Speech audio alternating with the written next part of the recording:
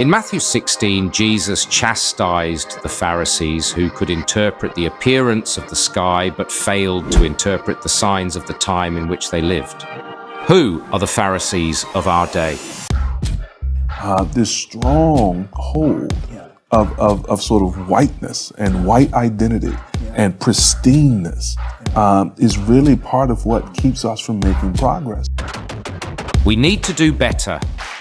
The church, rich in theological scholarship, has lingered in academic sanctuaries and ivory towers, failing to translate its lofty doctrines into a tangible and practical cultural apologetic. At the Worldview Youth Academy, we bridge this critical gap. Here, theological depth is not an end in itself, but a means to engage with contemporary cultural issues for the glory of God and the expansion of His kingdom. Our mission is to cultivate thinkers who can articulate and apply Christian truths within contemporary societal challenges. So embrace this call to worship God with all your heart, all your soul, and with all... 30 seconds.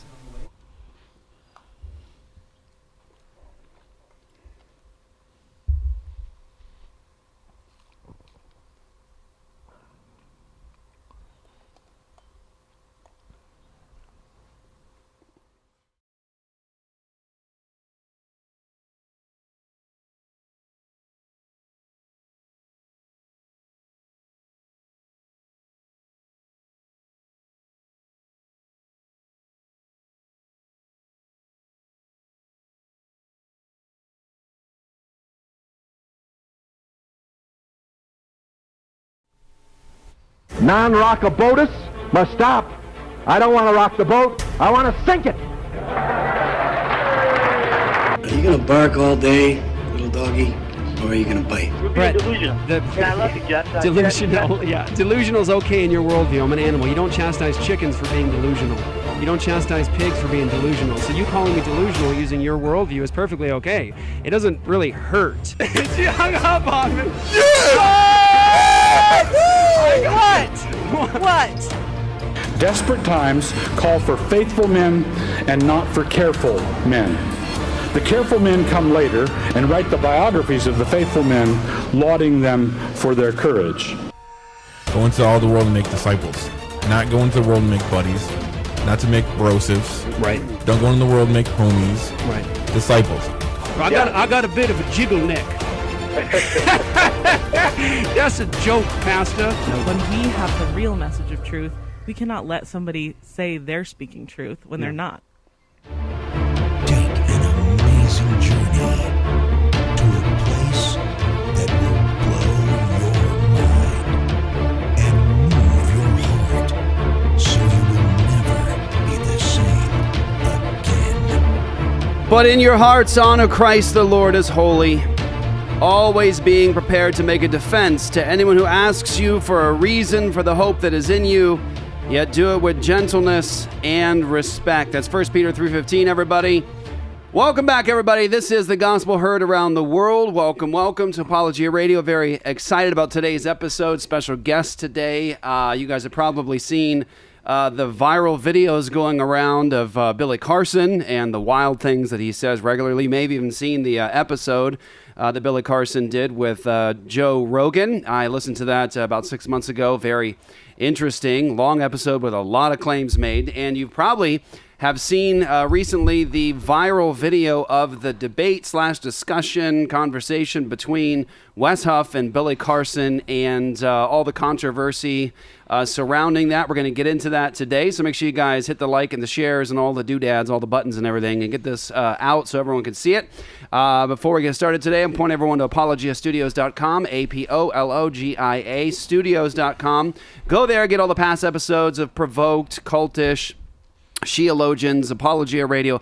Everything's there for your listening pleasure. And don't forget to sign up for All Access. When you do, you make all the ministry that we do possible on the street of evangelism, the public debates, everything we do, all the teaching ministry going global, hundreds of millions of views that the Lord has allowed us to have to get this content out to the world. It's all made possible because people just like you are part of our Apologia Studios team with us. So we're thankful for all of you. And when you're All Access, you get access to all the additional content and the app, We have an app underway. It is almost finished. So excited about that. Right over here is Luke the Bear. What up? I'm Jeff the Coleman the Ninja, and that is Zach Conover. Merry Christmas, you filthy animals. Merry Christmas! Hey! Merry Christmas, Mr. Potter!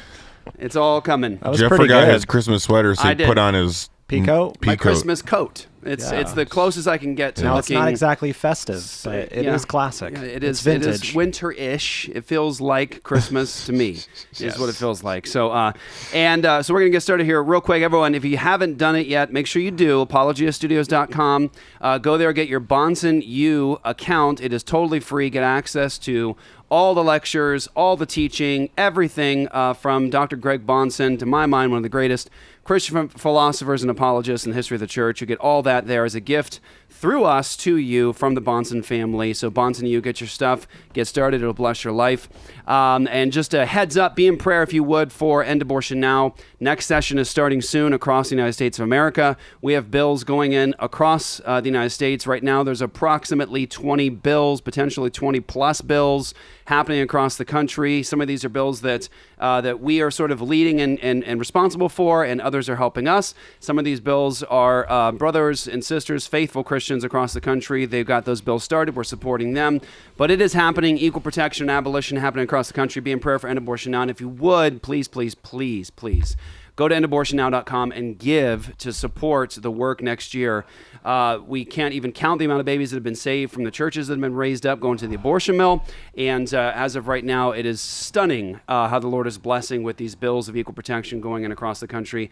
But we need your support. So endabortionnow.com, go there to donate. Help us to get to our budget goal, again, as we always say, so we can end this injustice, wash our hands of it, and walk away from it. And help us to be a part of that next year, 2025. And let's get right to it, shall we? Let's do it. Okay, so we, as we said, are doing the show today with Wes Huff. And so Wes is joining us right now from Toronto, Canada. Wes, welcome to Apologia Radio, eh? Yeah, it's a pleasure to be here.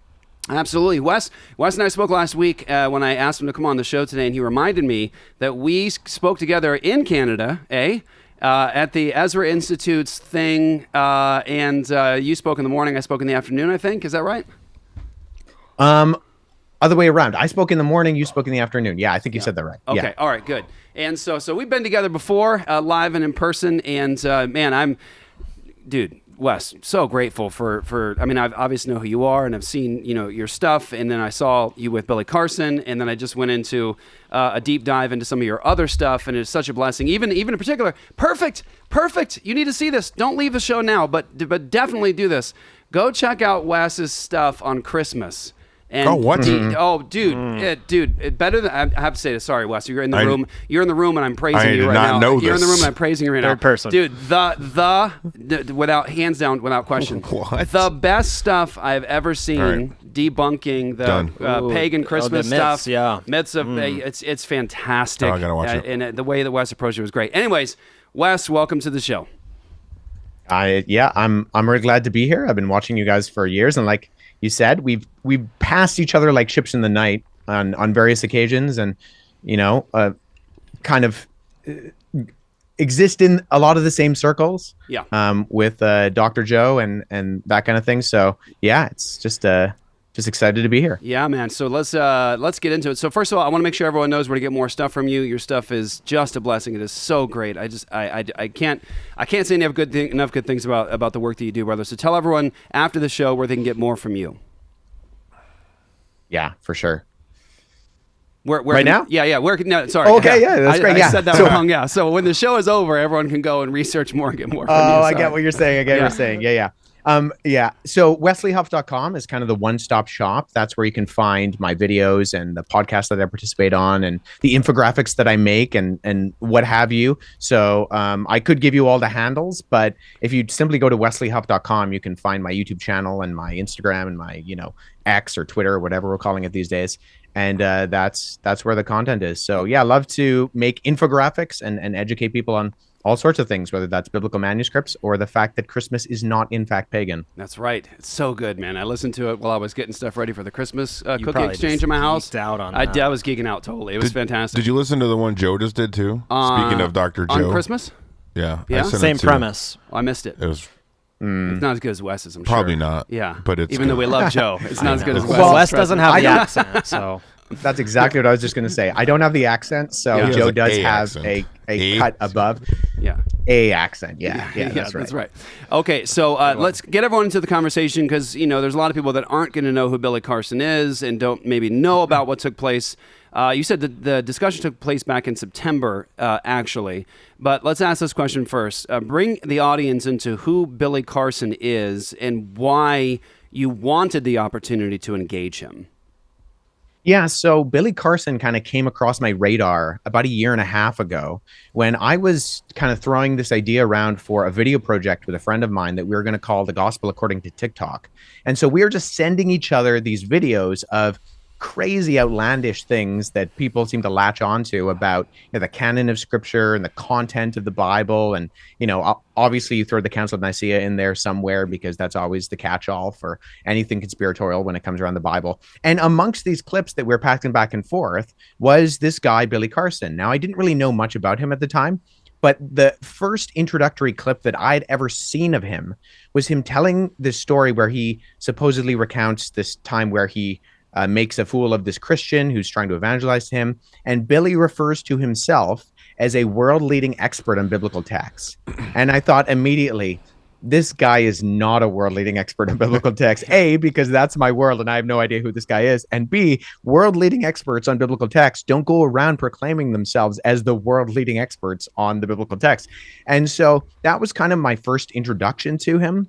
And as time went on, like you said, he's appeared on these big podcasts. He was on Joe Rogan, Patrick Bet-David. He was on Flagrant with Andrew Schultz and saying these not just false things, but things that you could debunk by going on Wikipedia. Like it did not take an academic level of inquiry in order to figure out that the things he was saying was false. So I just made last summer a couple of videos very quickly responding to just what I considered some of the most foolish and easily kind of referenced of these silly things that Billy was saying.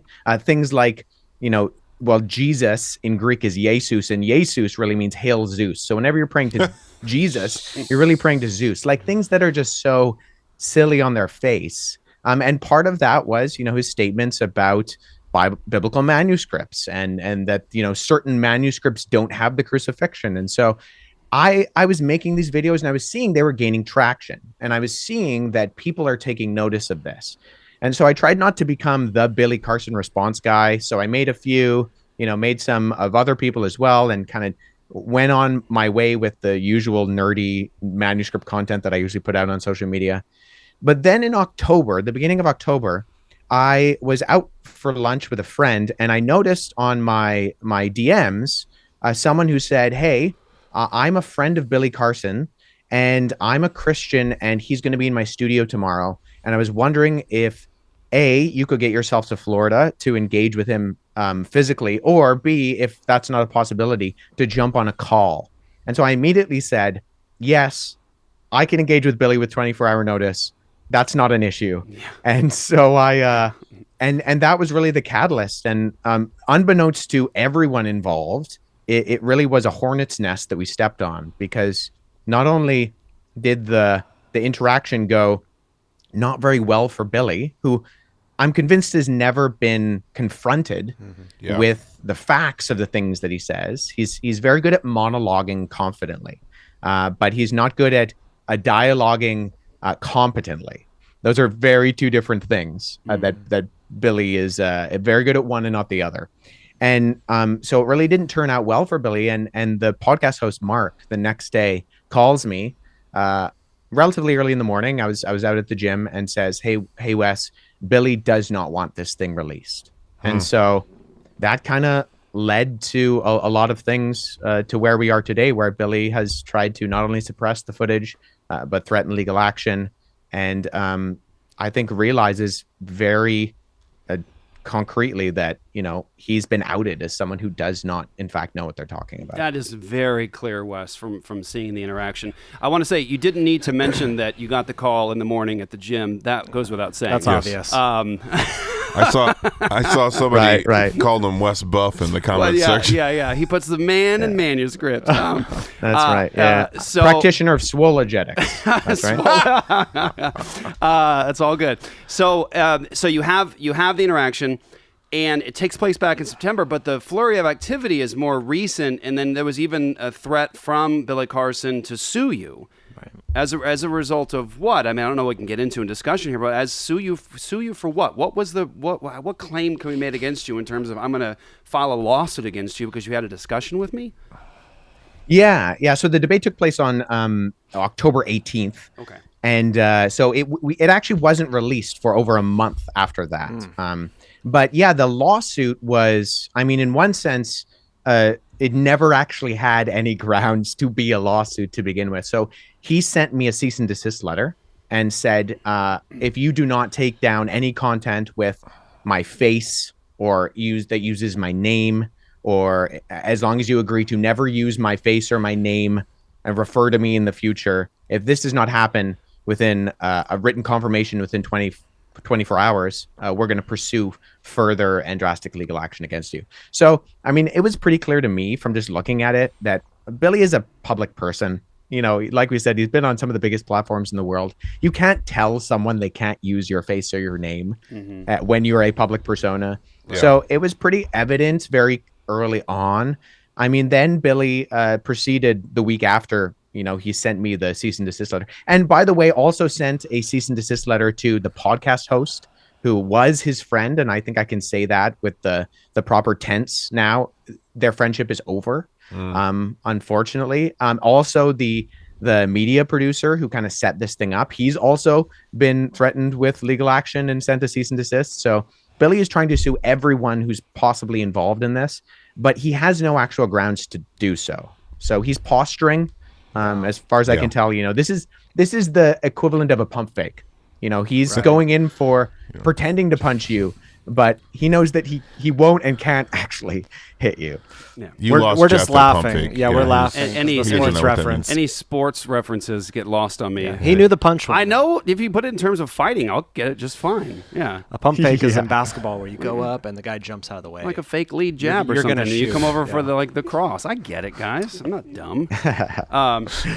So Wes Huff. Okay, so Wes Huff here, guys. Don't leave the show yet because we're still on with Wes. But when you get done with this, Wes Huff's channel on YouTube has the full and unedited, unaltered Wes Huff versus Billy Carson debate. You can go listen to it.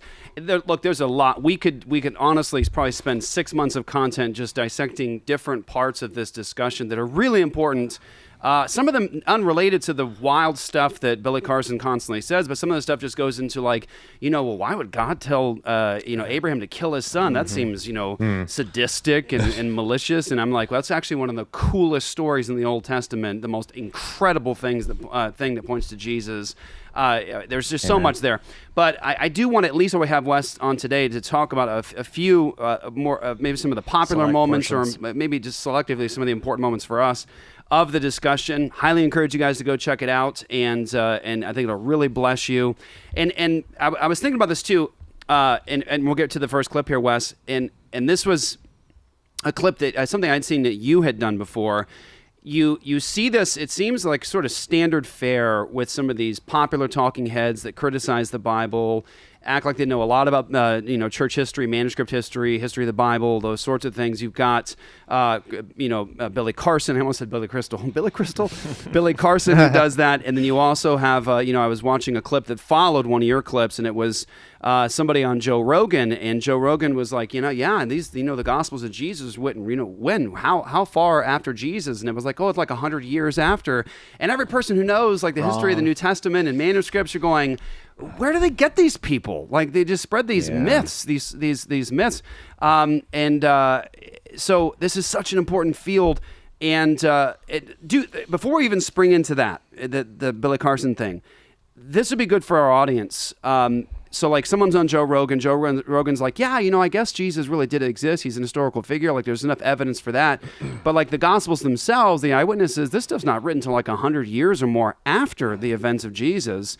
Address that because it's the same kind of like pop culture, criticize the Bible, make stuff up. Address that just to show like this stuff is easy to respond to and refute. Yeah, well, I think there's a few things that are often missed when people kind of throw these things out is that we live in this hyper-literate culture where we just write everything down all the time, constantly. And the ancient world was not a hyper-literate culture. In fact, it was the opposite. Most people were illiterate. And so you would not write things down often during the lifetime of someone living. You would write those things down afterwards. This was an oral culture where actually the norm was seen as memorization and kind of regurgitation in that way orally. And then paraphrase was the way that people would often communicate how they would understand something. I mean, even you have the ancient Greco-Romano, the Jewish Romano writer Josephus, Flavius Josephus, who in the Antiquities of the Jews paraphrases almost the entire Old Testament. And even when he comes to the 10 Commandments, he doesn't recount them word for word. He paraphrases them. If there was anything that you'd think he would recount word for word, it would have been that, but he doesn't. And yet what we have with the Gospels are early eyewitness testimony that kind of go outside of the norm of this, in that they're collecting these stories and they're going out of their way to communicate exactly what happened to you. And you have guys like Luke right at the beginning of his gospel who says that he's drawing it up an orderly account in order to communicate exactly what Jesus did. And so obviously we have 4 gospels, not one. And so they're capitalizing on different things, writing to different audiences for different reasons. But these are incredibly early in terms of ancient biography as far as those are concerned.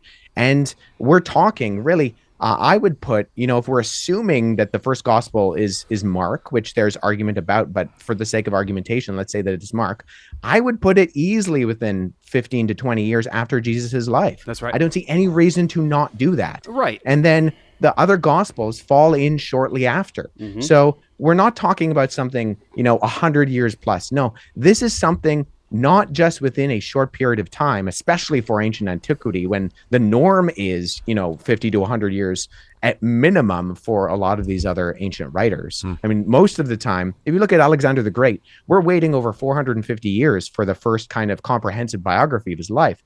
But the Gospels are written within the lifetime of the eyewitnesses themselves, within the community of people who would have been there at the feeding of the 5,000 even maybe. And so they are able not only just to read these stories or hear these stories read to them, but they are able to talk with people who can verify the stories for themselves, who knew Jesus, who knew the disciples, who knew the disciples of the disciples.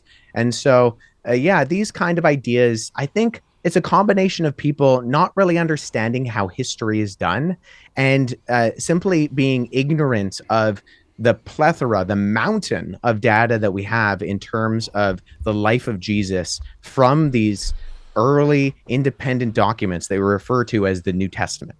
And that's what I was just thinking. It's not just the time frame or the time window is so close. It's the volume of manuscript support. It's better attested than any work of antiquity. Not even close. Really? Yeah. There's nothing that comes remotely close. Yeah, you stack all the manuscripts we have, everything we have, New Testament, transmission of text and history, it's over a mile.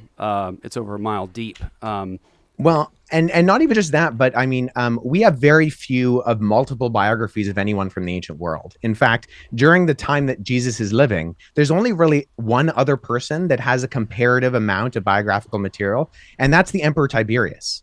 So he has 4 writers, which is very kind of comparative to Jesus. He has Velius, Petrocallus, Tacitus, Suetonius, and Cassiodeo, and they're writing in and around the same time, and they're writing in kind of a similar time frame. A little bit later on, they're kind of 2nd century, apart from Velius Petrocallus, who is actually, even though he's the earliest one written, he's the least trusted because he's a political propagandist. And so they don't trust his work because he's monetarily incentivized to make the emperor look good. But if you're comparing Jesus to just any other of the biographies from the time frame, you're really comparing him to the most important, most powerful, most influential, and most well-known individual within the ancient world at that time. So you have this Jewish itinerant from the backwaters of Roman-occupied Judea, and you have the emperor. Wow. That's really the comparative literature that we're dealing with. And I think, people fail to realize how, we should have very little, if anything, about Jesus comparative to who he was historically. And yet, not only do we have 4 biographies, which, like I said, only really comparative to some of the best known, most powerful individuals within history, but then we have, the other letters of Peter and Paul and Jude and James. And so we're just on a completely different level. Right. It's not worth comparing apples to apples in the ancient world. When we're talking about Jesus, we're comparing apples to orchards. Ooh. I love that. Very good. Mic drop. That's good. That's some swologetics right there. That one. So let's bring everyone to the first clip here. Wes, this is probably the thing I've seen most being viral, and it's the moment about the Sinai Bible. Why did you bring this point up? It was clearly something that you were familiar with, you understood, and you really wanted to press on this. Why was this, before we get to the clip, why was it important to you? Bring everyone into that. Yeah, so it was actually Billy who brought it up, and I was glad he did, because as we'll see in the clip, he's asked, why do you deny the crucifixion? And like he usually does in his kind of prescript that he gives whenever this comes up, is he cites the Sinai Bible, which is really a term that I think only he uses. I've never heard anybody else call it that, but he's talking about Codex Sinaiticus, and he cites the Gospel of Jesus, his wife, as these 2 sources of evidence. And one of the reasons why I really wanted to push him on that was because I'm very familiar with Codex Sinaiticus. I've worked with Codex Sinaiticus. I have a facsimile of the New Testament of Codex Sinaiticus, and I have worked through its texts, at least in the Gospels, if not a number of the letters of Paul, in the actual document, translating and transcribing through it. So I knew that he both hadn't and also was making claims based on what this document was that simply were not the case when you actually look at the manuscript itself. Very good. Okay, here we go, everyone. A little bit of a jaunt, but I really appreciate the fact that you seem to have investigated to a certain degree some of these facts. Do you mind if I ask a clarifying question? Sure. When you say the Sinai Bible, what are you referring to specifically? It's the biblical text that was written. It made it into you can actually look it up on Amazon. It's a Bible called, I have a version at home. It's called the Sinai Bible, right, from Mount Sinai. I'm assuming that's the mountain that they're referencing there. But they put together their own version of the biblical text prior to the King James Version being put out. Sure. So when you refer to the Sinai Bible, would you be referring to Codex Sinaiticus? Like the codex that comes... Okay. That's why I was trying to get some clarification, because so you can actually go and see Codex Sinaiticus is at the British Library. So you can go and see it. It's on display. And the British Library has actually digitized the entire manuscript. So I work with manuscripts in my linguistic work. I'm an expert on early Christian scribal culture, and particularly in Greek and Coptic manuscripts.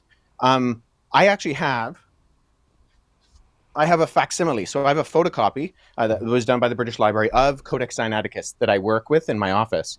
So I have it here.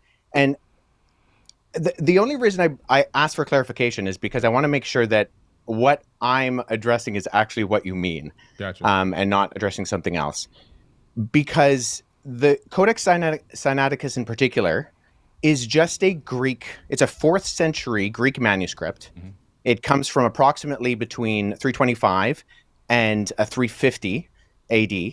And its text of the Gospels reads almost identical to the modern Greek text that we develop translations from.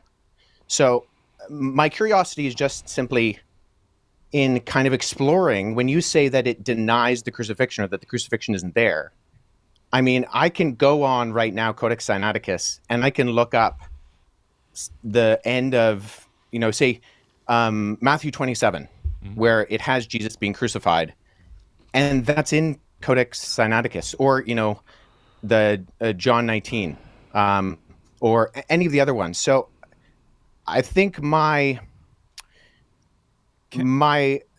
confusion is that it doesn't read any differently. So actually, are you able to pull up a website with the viewers or listeners or whatever be able to see that? Right now to make sure I have the right the version that I'm looking at. While he's pulling that up too, like I keep saying to all the people that aren't scientists traveling the world and linguists, I don't even know how to pronounce it the right way, like me. Yeah, linguists.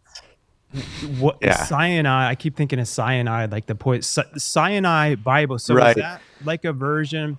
So from my own knowledge that I know, like when I really studied all this, what I thought was interesting about the Bible was how many different eyewitness. I studied C.S. Lewis back in the day. How many different eyewitnesses and stuff there were, and they went on purpose to mention so many other names that they were able to cross-reference throughout history and throughout those times, from my understanding. And those were different things that I always thought were kind of interesting that I felt was a good concept of proof.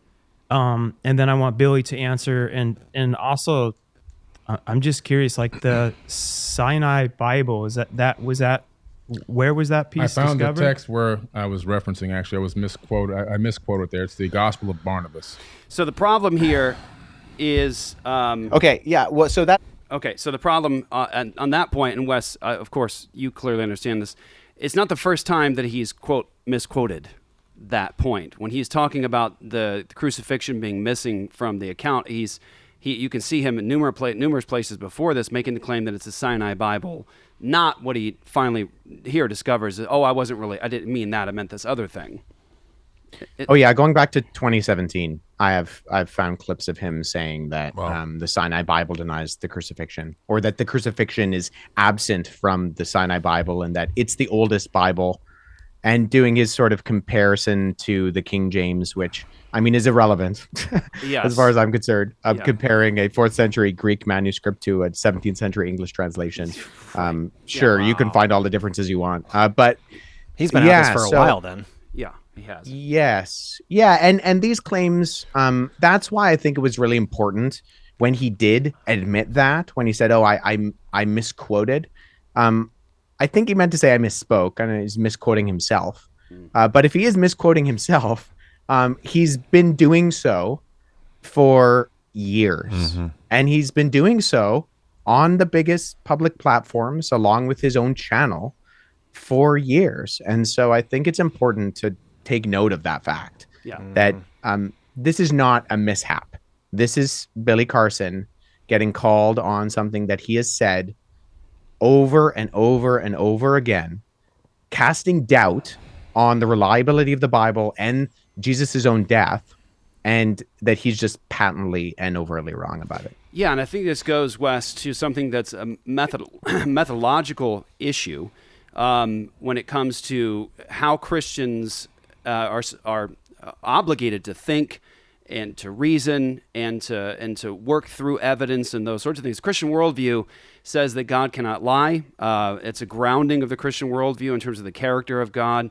To engage in something that is a logical contradiction is to actually violate what even the character of God is like. God doesn't lie. God doesn't act in an unreasonable way. Christians have a grounding for saying, okay, I need to be reasonable like God. I need to be logical like God. I need to be consistent like God. I need to not lie like God. And I'm in God's image, and God has standards and commandments for me and how I'm supposed to live and operate in his world as his image. And so the Christian worldview provides a grounding for scientific exploration, discovery. It provides a grounding for a study of history and even relaying facts and information. So like, for example, the Christian worldview would decry anybody with a history of telling people things that are not true. Right? Like we have a worldview that says that if you're going to speak on something, you tell the truth. And so that's part of how Christians develop in education and how we're supposed to speak and communicate. It's the basis of even public debate, not to lie in public debate and to give a bunch of false evidences. Christian worldview says that if you're going to believe something, it has to be based upon evidence, facts, witness, those sorts of things. And so you have a particular worldview, and grounding a philosophy, a Christian philosophy that says that you ought not do that, Billy Carson. You can't do that. And you don't want to, I mean, obviously there are times where as humans, fallible humans, we might make a mistake, but we shouldn't go around for years lying to people about, anything that's in the Bible or not in the Bible. And so I think I want to point to, in terms of worldview commitments, Billy Carson, because he's not a Christian, because he doesn't stand on the Word of God as the ultimate standard, he doesn't really have any reason not to do these things, right? If he wants to take some random fact like the Sinai Bible and it doesn't have the crucifixion of Jesus in it, he can do that in terms of ethically and in his own mind, because it's not important for him to not live a life of lies. He has no ultimate grounding. So I wanted to say at the front here, in terms of methodological differences between how a Christian should operate in the world and how unbelievers operate, Christians have a reason to be rigorous in their thinking, like Wes is being, and to say, well, is that true? Is that claim you made true? Do you have evidence for that? And we live in the generation now where it's the TikTok generation. It's someone made a post, and so it's true. Someone made this claim, so it's true. I saw this 30-second TikTok video that said that aliens actually produced us, and whatever the case may be, it's like that's what we believe now. It was a really good 30-second TikTok video. That's where I heard it. And Billy Carson has just gone on for many years being able to do that. And this was the moment where now he's confronted with a Christian who doesn't share his commitments and says, well, let me ask you a question about that. So unless you guys have something you want to add. I would just say quickly, I went to Amazon and put in Sinai Bible, and it doesn't exist. So, which was the point, yeah. just for the record. Yeah. It's good that Wes knew that. So, okay, Wes, just bring the audience into the next point, and forgive me, I forget, what was it? He said the gospel of what? He said, no, Barnabas. I wasn't. The gospel of Barnabas. Okay, so the gospel of Barnabas, he says, no, I meant that. And so I'll play a little bit of that, and then we'll get your comments. Here we go. That's good. So let's deal with that too, because I've actually worked with, there are two manuscripts of the Gospel of Barnabas.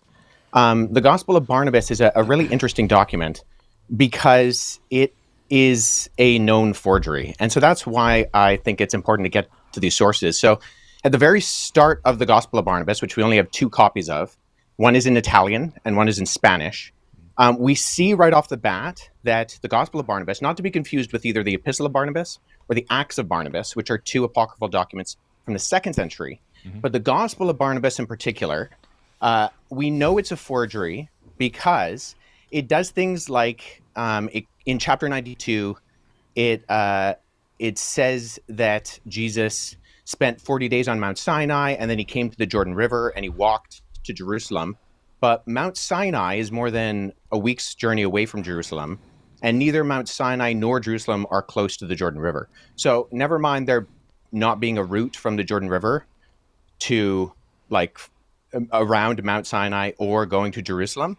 But there are internal problems with the Gospel of Barnabas, which indicate that it shows no actual indication of evidence of coming from or even having knowledge of first century Jewish understanding. It actually says Jesus is the Christ, but not the Messiah, which indicates that whoever the author is, he didn't know that those were the same words. And I think a bigger problem is that the Gospel of Barnabas actually paraphrases Dante's Inferno, which was written in 1314. So there's a lot of internal evidences that disqualify the Gospel of Barnabas, never mind the fact that we don't have any evidence of it prior to the 14th century. So how long did that take? I mean, 2 minutes? Is this the point where Billy goes, yeah, I'll go with that? Yeah. Okay. Yeah. All right, Wes, let's talk about... he concedes the point. Yeah. So he struggles really, really hard here because he's just throwing things out, hoping people will just believe him and his claims. But when he's faced with a Christian who doesn't share his commitments, who actually understands these things and knows these things, he has no response.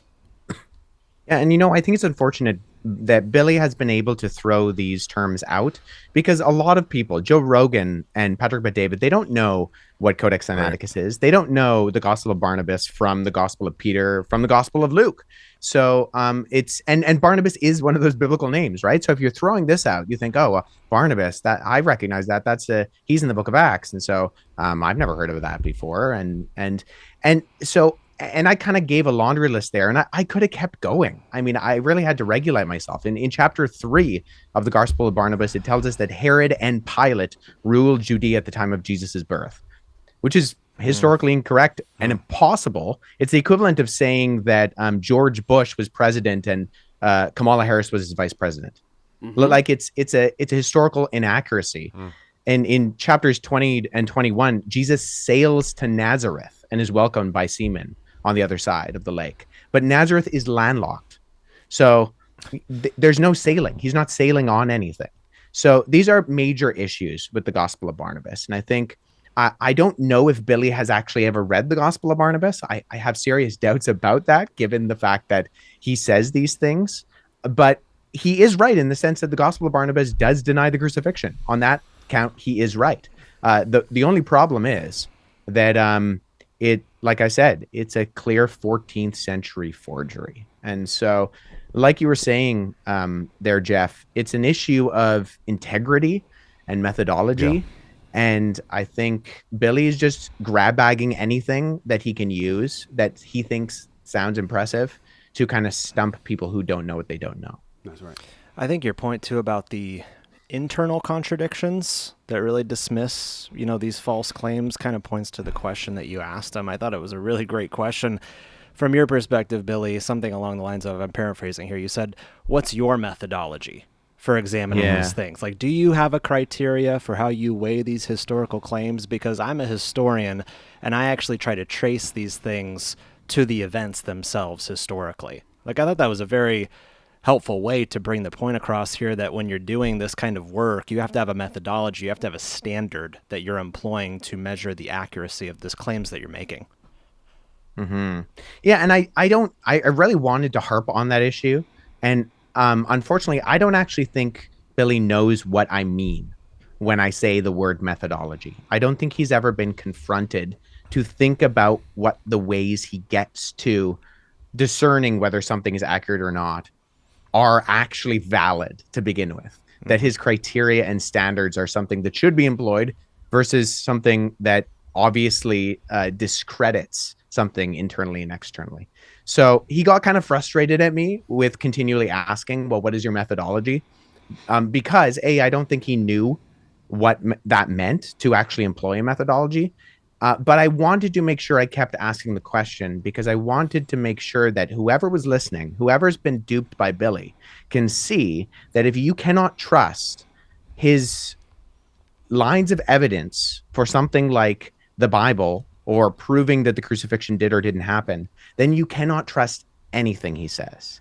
That when he talks about aliens and the pyramids and, a 36,000-year-old tablet written by the Egyptian god Thoth, that is all cast into question because he's shown he has a track record of simply not being able to do simple and credible historical research. Yeah, it's a display that this man is a sloppy thinker, and he's sloppy in his methodology. And if it's a consistency, obviously, again, just to be gracious to the man and to all human beings, we're going to make mistakes because we're fallible. Sure. We're not infallible human beings. We're going to make mistakes. But there's a difference between making a mistake, owning it, and saying, oh, I didn't know that. I want to correct that. I want to be corrected on that. And then somebody who just, their whole life is wrapped up in sloppy thinking, sloppy methodology, making claims that are unsubstantiated, unjustified, without the basis of solid lines of evidence.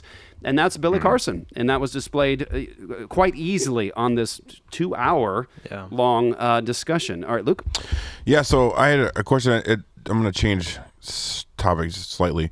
I think it was it wasn't in this debate. I think it was a follow-up show you did. You mentioned, you mentioned Sumerian was something you have not been able to wrap your mind around. And I was like, one, I've never heard someone actually say that. But two, I was curious what is so complicated about Sumerian? I'm not familiar with that language at all. So I just wanted to hear you kind of bring us into that conversation a little bit. Yeah, so the background to that is that one of Billy's claims is that the biblical stories are actually copied, and oftentimes he says word for word, from Sumerian tablets. And the reason why we know that is patently untrue is because Sumerian was a dead language by the time that the New Testament was being written for a longer period of time than Latin has been a dead language to today. Wow. So if say these, Jewish individuals had found, or whoever they were that he's claiming was writing the New Testament, if they had found Sumerian tablets in a cave somewhere, as far as they would have been concerned, those were just scratchings on rocks. They would have had no idea how to read cuneiform. And so I have done a lot of ancient linguistic work. I work primarily in ancient Greek and Coptic. Coptic is kind of the final iteration of ancient Egyptian when they employed the Greek alphabet. I have done a little bit of work in Demotic and Hebrew, and I've dabbled in a number of other Afro-Semitic languages like Akkadian. But the thing with Sumerian is that Sumerian is what's referred to as a language isolate, in that it is completely in an island to itself linguistically, grammatically, syntactically from any other ancient Near Eastern language. And so if you put it alongside something like Akkadian or Elamite or other Semitic Canaanite languages, it is completely different. It is as different from, something like Greek and Hebrew as, I don't know, rural Japanese from 100 years ago is to modern day English. Like there's a bigger divide there. And so Billy Carson goes around not just making these claims about kind of the origins of Christianity coming from ancient Sumerian, but claims that he himself has read and translated some of these Sumerian documents. And so as someone who has, like I said, I have Sumerian lexicons. I have attempted to wrap my head around some of these, like even just the basic level of, Spot throws the ball to Tom kind of thing. I can't do it. And so for someone like Billy to come around and say to Joe Rogan that he can read ancient Sumerian is not just silly, but it's implausible on a level that for anybody who does try to learn these languages is just pretty self-evident. Interesting. Powerful. Thank you. Okay, guys, another moment. Here we go. Mary, Merry. But the point that I'm making here is when you start to really analyze what these angels are doing, and you start to analyze how many people are dying in the biblical text, you start to say, well, how many people did Satan actually kill? And when you start doing the tally on the numbers, God's doing most of the killing in the Bible. It's not the devil that's doing all the killing. And then God says in Isaiah, I created the good and I created the evil. Do what I say at the Lord. So he's saying that he's doing the good and the evil. Is what he's saying. Yeah. So I'm gonna pause it there. We're gonna listen to more. But you were saying before the show, Wes, something you would have liked to have said there in that moment when he talks about Satan's death tally versus God's. Something you would have liked to have said there. I'd like to hear that because I think it's actually a good point. Yeah, I afterwards kind of thought, what I should have said is, I hate to break it to you, Billy, but God does 100% of the killing. Anywhere, the Bible or otherwise, because God is sovereign. He is in control, and all his purposes come to pass, and he is the one who is removing people from this side of eternity and putting them on the other side of eternity. As the author of creation, he's the one who's doing that. So if Billy's gripe is that God kills people, yes, how else do you think it happens? Mm-hmm. That's right. And when he does, he's perfectly just. Right. We're not confusing that with the category of murder, for example. 100%. Yeah. God is the just judge. He's the holy one that we've all offended. We're all made in his image. We're all accountable to him. And all of us, ultimately, according to the biblical worldview, all of us deserve justice from God, not mercy from God. And that's what makes the cross so glorious, is that God, who is just, who actually owes to the perpetrator justice, has in the person of Christ condescended to live the perfect life that they've failed, to die the death that they actually deserve, conquering that death, and then giving the free gift of eternal life to all who would turn to Christ in faith. That's the glory of the gospel. It is mercy, grace, and love that is undeserved. What all of humanity deserves is justice. And so it shouldn't confuse anybody if we understand the holiness of God, the character of God, and our unrighteousness. It shouldn't confuse anybody that God kills anyone. Yeah.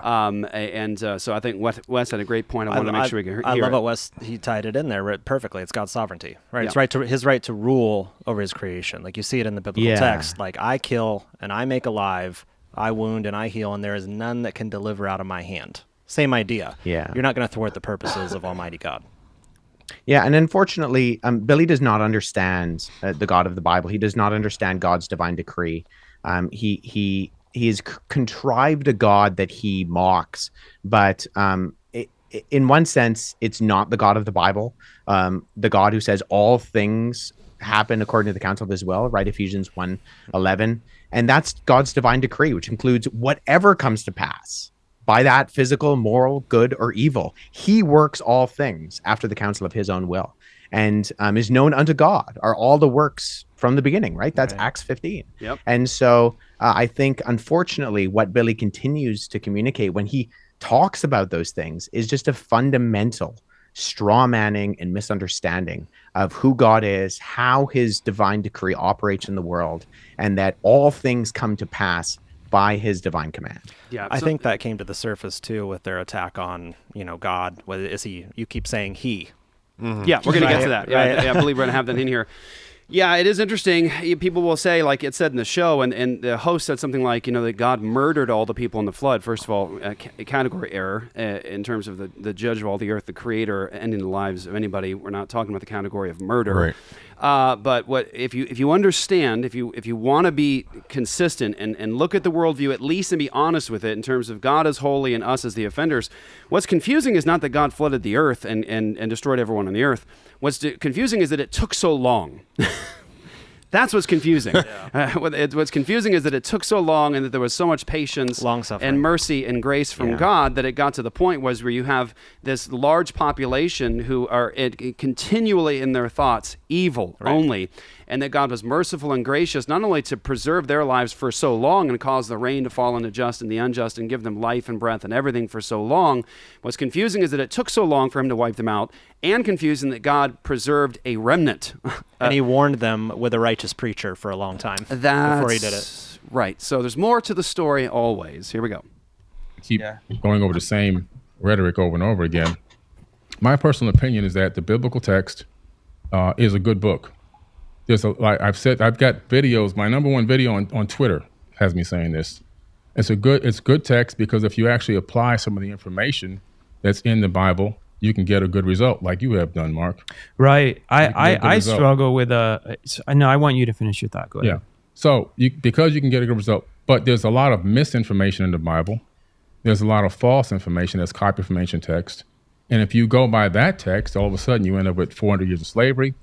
You end up with abuse. You end up with divide and conquer tactics that separate people. You end up with people thinking that they're the chosen ones and they're the chosen people, and we've been promised this promised land so we can eradicate another race of people because this is our land, because God promised it to us. You have people that want to go on the papal inquisitions and torture and kill and murder over 80 million people. You have the American Holocaust, 111 million indigenous natives slayed. You have all this going on because of this text, which is set up so contradictory throughout its path across time. You get into the New Testament, slavery is still being condoned in the New Testament.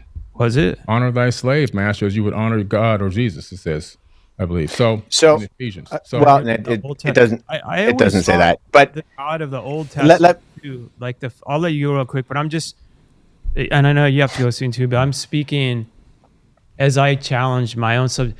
It was always. So let's just deal with a couple of those things because he goes on for a little bit here, and I guess time of the show, I don't want to take too much time on that. So, and I want to hear what you have to say, Wes, just in a burst here, to which you do speak to it here. But I would say in listening to this, what I want to always point to is someone like Billy Carson that wants to indict God and to criticize the Bible and talk about things like, well, if you listen to some parts of the Bible, like you'll live a good life, it'll result in good, but there's so many inconsistencies and there's so many contradictions in the Bible. I want to say, okay, where do you get the right to borrow all that capital from the Christian worldview? Because you're talking about concepts that you've already abandoned. When you abandon the God of the Bible, you can't be talking about things that are ultimately good. Like, well, some things in the Bible are, quote, good, and it'll lead to a good life. I would say you already gave that up, Billy. You already gave it up when you rejected Christ. You gave up a grounding for knowledge, for truth, for beauty, for goodness. All of that, you gave it all up. And now you want to borrow capital back from the God that you reject and talk about things that are good. Also, why would it matter if something is inconsistent in your perspective? Why does it matter that there's contradictions in the Bible? So oftentimes I think Christians will listen to a guy like this and they'll say, okay, I'm going to respond to every little part and piece of inconsistency he brings up, and I want to make sure I show that there aren't discrepancies and there aren't inconsistencies. But Instead of challenging the foundation. There's something that's actually at the bottom of that. And it's like, no, I want to know from your perspective, Billy, why does it matter that something's inconsistent? Yeah. I thought you gave all that up. And so there's two ways to do this, and I love how Wes did this in the show. The Christian can answer the ultimate challenges, the philosophical challenges, the epistemological challenges, and the things like the ethical claims. This is good. This is bad. Okay, how do you know that? By what standard is something good or something bad? Or we shouldn't be inconsistent. Okay, I believe that as a Christian, but I have a basis to not want to be inconsistent. But I want to know what your justification for decrying inconsistencies are. But then the Christian worldview can also operate in this realm over here, and this is why I love Wes so much. And what he does is because it also can operate when you take the presuppositions of the Christian worldview into the world of science, into the world of history, into the world of language. Then you see this beautiful flower, like blossom, where it's just the glory of the Christian worldview. And you go, oh, we can operate in both realms, the ultimates, and then over here, in the particulars, all these things over here. And so, Wes, obviously people can go listen to the debate and what you said to him there, but he's just throwing stuff out, and the Bible condoning history, and is responsible for the native Holocaust, slavery and such, slavery, and it's just like this scattergun approach where he just dumps everything out there. How do you respond to that now when you think about it post debate? Yeah, I think you're exactly right in that Billy's apologetic for his worldview is bankrupt on a number of fronts. It's bankrupt epistemologically, it's bankrupt morally, and it's bankrupt historically.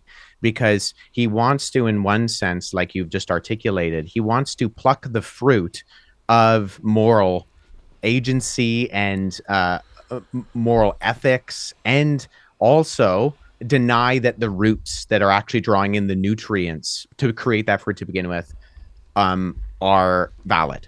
And so you can't have the fruit without acknowledging the root. And so that's why when we talked, I pointed out Celsus in the 2nd century, his objection to Christianity being that of the foolish, dishonorable, stupid slaves, women, and children, because those were the people who were given agency within early Christianity. I mentioned Rodney Stark and his volume, The Rise of Christianity, the Role of Women, and how he says that you can track empirically the agency of women across the ancient world by the movement of Christianity.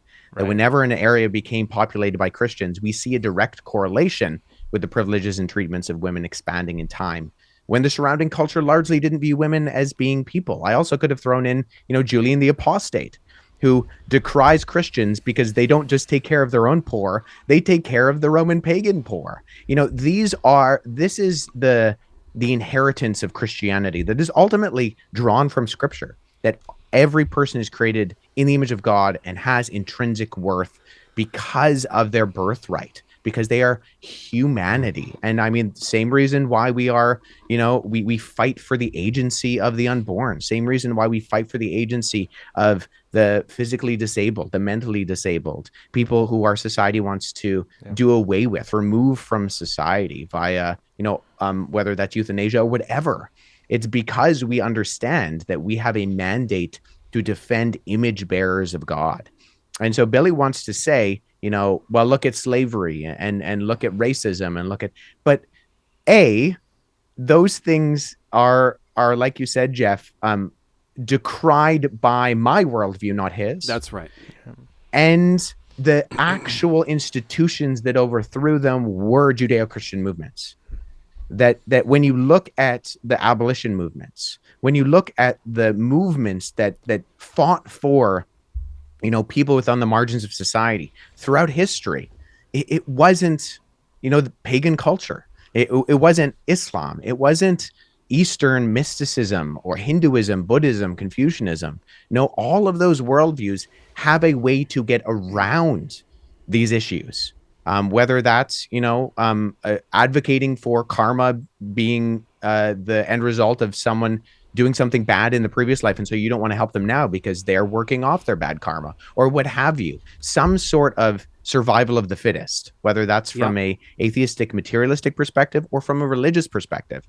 And like my friend Glenn Scrivener says, what we see within Christianity is that the fittest steps down and sacrifices himself for the survival of the weakest. That's Christianity. And that's why we fight for what we fight for. Right. So Billy really doesn't have any ground to stand on. He wants to burn down the house of Christianity, but then pick up the smoldering embers and try to build himself a hut. He can't do that. That's not how worldview operates. That's right. And it's something Christians need to be prepared for. And Wes, you did an amazing job in bringing these points up. And they look, we can't go through the whole debate today, but they weren't responded to, is the point that I want to make. They were not responded to. So when Billy Carson makes the claim about Christianity and slavery, you refute the claim. You even pointed back to the law word of God, that he mentions Deuteronomy and says like it's one of the most evil books or something to that effect, like it's so awful, so evil. I'm like, have you read that book, Deuteronomy? Do you know about the discussions of justice and all the ways that we want to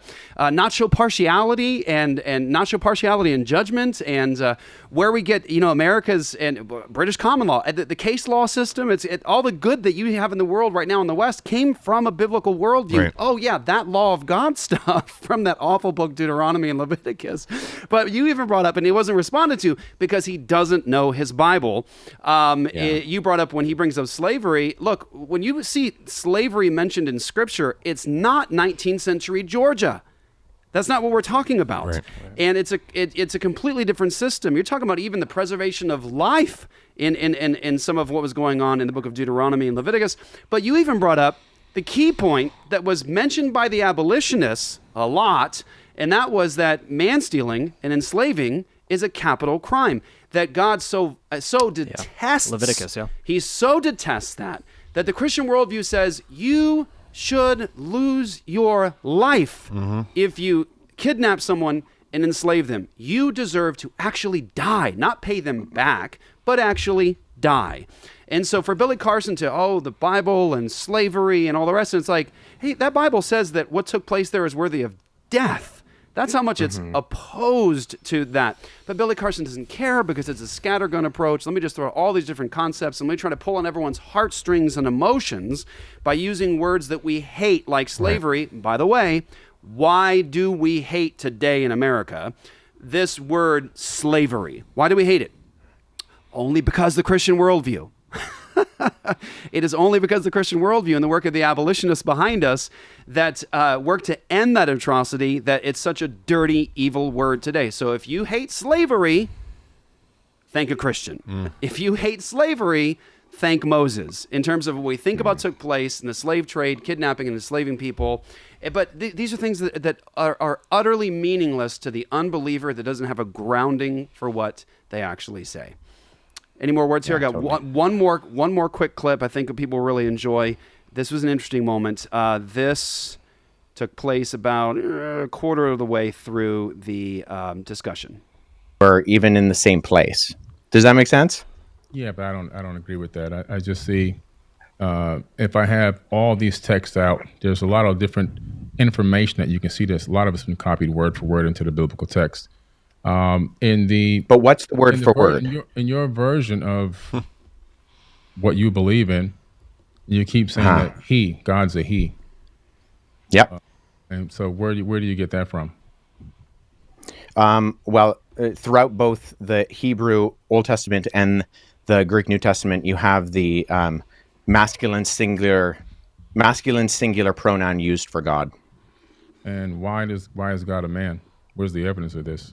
Well, God isn't a man. See, within historical Christianity, we don't believe that God has a gender. However, the way that he has decided to reveal himself is through the masculine plural, and then ultimately by becoming a human in the person of Jesus Christ. So we don't believe that God has a gender. In fact, the fact that God creates humanity in his image and he creates them male and female, those are two aspects of the image of God. And so that's the completeness. So historical Christianity has never argued that God is gendered. Jesus is gendered in the sense that during the incarnation, he becomes a human man, but he's still fully man and fully God. But God is spirit. And right, as the scripture says, we worship him in spirit and in truth. But nobody's arguing that. What's that? Sorry? That always blows my mind. God too. is the same all the time, right? He's always good. It's always, God is all the same all the time, right? Yeah, but we do see that in scripture, God has revealed himself through the masculine plural. And there are aspects of God's character that we see within scripture that do actually communicate. Jesus says that he longs to gather Israel like a mother hen collects her chicks. So we see aspects of, the feminine of God, not meaning that God is feminine, but that the image of God reflects both the masculine and the feminine. And that's why when, the two become one flesh, there's a uniting of that reflects the image of God as well within the covenant of marriage.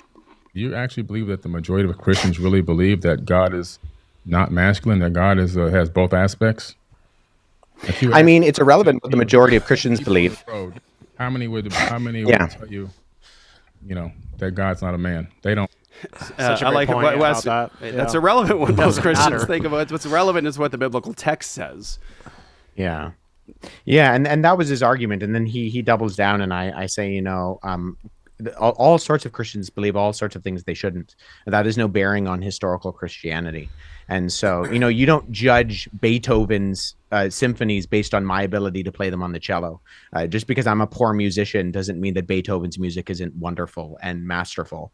And so even if I claim to be a musician, you shouldn't base the actual objectivity of beautiful music based on my ability to play it. So we're going to see Christians saying, doing, and believing things that do not comport with historical biblical Christianity. But that's on them, and they need to be corrected, and they need to be conformed to the word of God as their standard. And so it's a silly move, but actually at that point in the discussion, Billy had lost every case that he had made.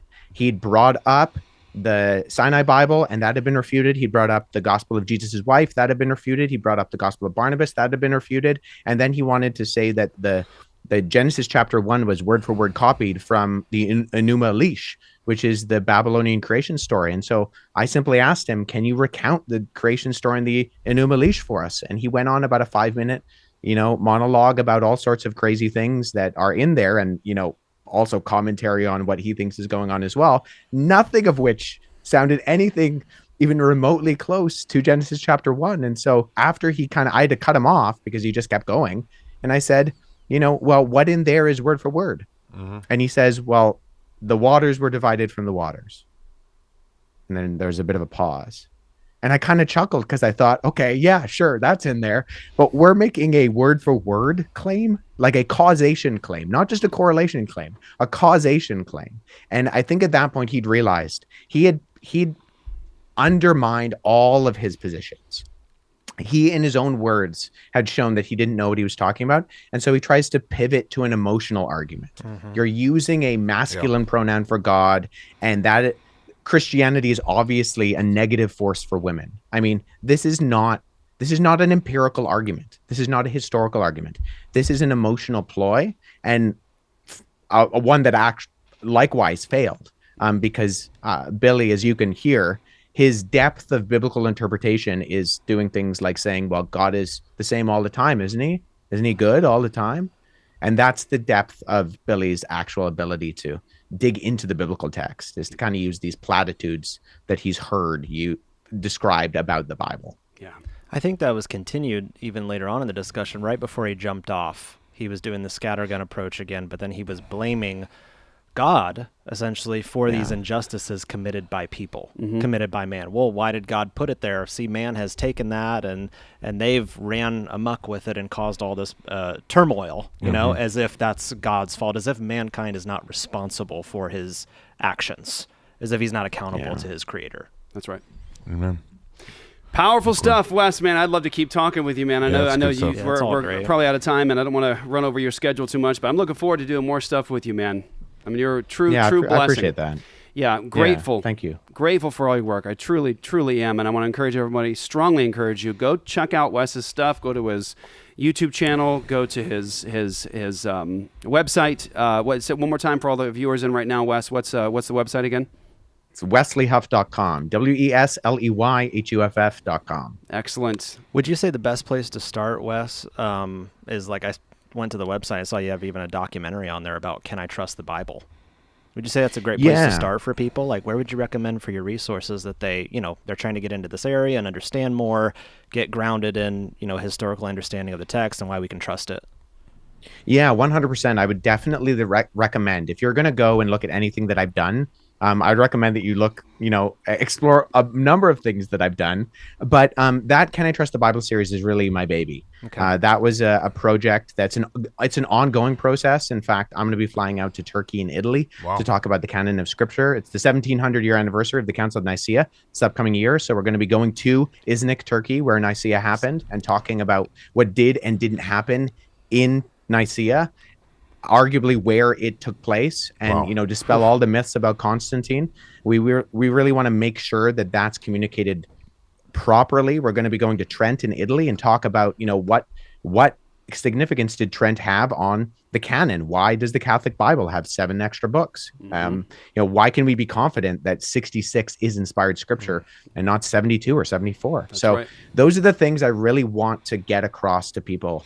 And so those first 2 episodes, we flew to Egypt 2 summers ago, and we filmed them there, went to some of the places where our earliest Christian manuscripts have been discovered, went to Nag Hammadi, talked about the discovery of the Nag Hammadi library, went and saw the Gospel of Thomas at the Coptic Museum in Cairo. And so what I want to do is I want to show just the mountain of evidence that we have for the confidence of the Bible, and that we as Christians have. Our worldview is true. And it's true based on the evidence. And so, if you're gonna just have a short amount of time, those episodes are 20 minutes each, not even 19 minutes and 20 seconds or something. So episodes 1 and 2 are out. 3 and 4 are in the working process. Amazing. I'm digging in. That's exciting. Yeah. Well, I really appreciate you. Since it is Christmas and we're talking about Nicaea, so dispelling myths, did Santa Claus really punch Arius? It's an apocryphal story that comes later, but those the iconography is pretty cool when you see those pictures of Saint Nicholas of Myra punching Arius in the face. So is it true? I don't know, but it's one of those stories that's good enough that it should be true. I hope he punched him. I like that. I told my son, and he just looked at me like, "Are you right in his serious?" My son was like, "He did what?" I hope he punched him. Right. I hope he did. Blaspheming mouth. Merry Christmas. Yeah. The right hand of fellowship. Yeah, that's right. All right, Wes, Put man. this in your stocking. You're a blessing, dude. So everyone, we're going to let Wes go here. Thankful for you, brother. Thanks for spending time with us. Appreciate you very, very much. Yeah, likewise. Appreciate you guys. Keep fighting the good fight. Thank you, Thanks, man. brother. Hopefully talk to you soon. All right, everybody. So what we're gonna do, you guys are hanging out right now. We're gonna tell you a few more things, and then we're gonna head over right after the show today to the Aftershow, apologiastudios.com, APOLOGIA studios.com. Go over there. If you're all access, you're partners with us in this ministry, make everything we do possible. And so we're going to do an after show for you guys right over there in just a few minutes after the show. And point everybody, of course, to the people that we love, the stuff that we love. Very thankful for ionlayer.com, ION layer.com. You guys have heard me talk about this a bunch. Go research NAD benefits. It'll blow your mind. I'm so thankful for all the technology and the growth that we've had in biology and biohacking and things like that. And so NAD, amazing stuff. It's nicknamed the Fountain of Youth. People have been doing it for a long time through IV injection. However, it's known that though it is extremely beneficial for your system, it is also extremely painful to do through IV. And so Ion Layer, the guys over at Ion Layer, solid dudes, have created a medical patch where you can get a high dose of NAD that goes right into your system without the pain. You just wear it on your arm over 14 hours. It's truly blessed my life in a number of ways. So I was doing it anyways. I'm doing it anyways. and I wanted to tell you guys about it. And they are just great. And if you go to ionlayer.com, you want to invest in longevity and your wellness, and you do it, just put Apologia in all caps in the coupon code. They're going to give you a discount, and they're going to bless the ministry here at Apologia so we can continue to do this gospel of the kingdom work. And so one of my favorite things that I regularly do, I hope you guys give it a shot. And so also, Luke? They also got the glutathione patches now, which is right next to you there. If you want. Glutathione, the master antioxidant. Do your research too on this stuff. Glutathione, master antioxidant. It is. There's too much great stuff to say about it in this short period of time. Just research benefits of glutathione and master antioxidant. And so there's a number of ways you can take glutathione. Orally, you don't actually get very much at all. Sometimes, if any at all. And so there's different technologies to be able to get glutathione. You can get injections, but of course, IV injections are expensive and they're painful. There's a specific topical one that is very good that you get a ton into your system. It is very expensive though, and but now Ion Layer is doing it through the patch as well. Glutathione, same deal. Apologia in all caps, and you'll get a $100 off of your kit. Each patch is a 500 milligram glutathione infusion, 6 patches per kit, 1 month coverage, 1 patch every 5 days. We are living in such a cool time right now with the biohacking and the way to look at our systems and say, well, how could I increase production here or fix my metabolism here or help my longevity here, just so you feel well and even do some healing stuff in your life. It's just great. We live in a great time. Glutathione, master antioxidant, fantastic. They have NAD now and glutathione. Go to ionlayer.com and again, Apologia in all caps. Man, I wish Billy was still on because someone is upset about our pagan Christmas tree. You mean Wes? We don't want Billy. Sorry, on. Not Billy. Wes. Sorry, Wes.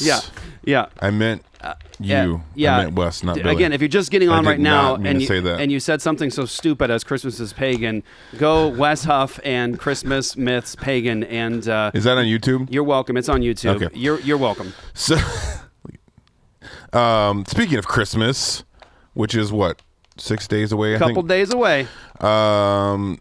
It's probably too late to get any of these cool products we got in time for Christmas, but you should still order them anyways. You can go to shop.apologiastudios.com and get some sweet pre-sip coffee. We get all of our tracks, our swag. We love Bill Rapier, Amtac Blades. Go to amtacblades.com. Get your husband a battle axe or a nice blade. You can put Apology in the coupon code, get 5% off, and he gives 5% to an abortion now to help save the babies. And then Heritage Defense. Speaking of babies, if you have babies in your homeschool, please sign up with Heritage Defense. You can go to heritagedefense.org, put Apology in the coupon code, and get your first month free. And then lastly, we got our sweet stuff here from Rooted Pines. We got the cigar whiskey holder there. We got the shield. They got all kinds of wooden toys and tinctures and cool stuff there.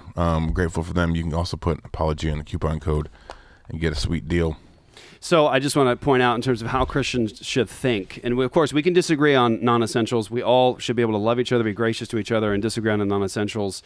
The adiaphora, we're united on the essentials. That's vitally important. But in terms of how Christians should think, and we were just making the whole argument with Wes that Christians have a grounding for their beliefs and wanting to believe true things and wanting to have a consistent methodology. And we shouldn't be like someone like Billy Carson who doesn't, and his methodology is flawed, and he just makes claims that are not rooted in history, not rooted in evidence. I'll give you one right here by Joe Leva. Christmas is worshiping the devil. You're just proving in something like that. You're just proving the very things we were claiming about Billy Carson. The very things that Billy Carson says, tossing stuff out, not rooted in history, not rooted in fact. And if you guys would like to engage with that discussion, again, Wes Huff, search in the search bar of YouTube, Wes Huff, Christmas Myths, Christmas Pagan, and you're welcome. I hope it blesses you to the degree that by tomorrow you're running over to Walmart or Target to get yourself a Christmas tree to light that bad boy up and just fill your house with Christmas and wear Christmas pajamas and drink eggnog and celebrate God becoming a man, because it is a great celebration. And so we're going to head over to the after show, everybody. Love you guys. Thank you so much. We're going to take the next 2 weeks off of the radio show to spend time with our families and take a rest to get into the next year with rest and ready to fight. I want to, again, remind everybody to please pray for End Abortion Now.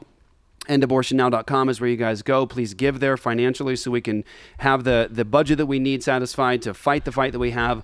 Approximately 20 plus bills of abolition going in to various states across the country next year. Be in prayer that God allows one of those bills to pass, or all of them to pass. He can part the Red Sea. But we want to establish justice for the preborn. We've got babies being saved every day because of churches that are just like the one you're a part of, that are going out to save lives at the abortion mill. If you want to get the free training, free resources, we want nothing from your church. We want to give everything away to you so that you can go to the abortion mills and save lives. Just go to endabortionnow.com, get your church signed up, and you can be a part of the tens of thousands of babies that have been saved since the inception of endabortionnow.com. That's Luke the Bear. Hey, real quick, Nick Martin, thank you, brother, for the super chat and for the encouragement. Appreciate it. Lord bless you. And Merry Christmas and Happy New Year to you. And JL, go on home. They're waiting for you. There you go. I'm Jeff the Commander Ninja. That's Zachary Conover. Merry Christmas. Merry Christmas, everybody. God bless you. We're so thankful for you. ApologiaStudios.com for the after show. Just a moment.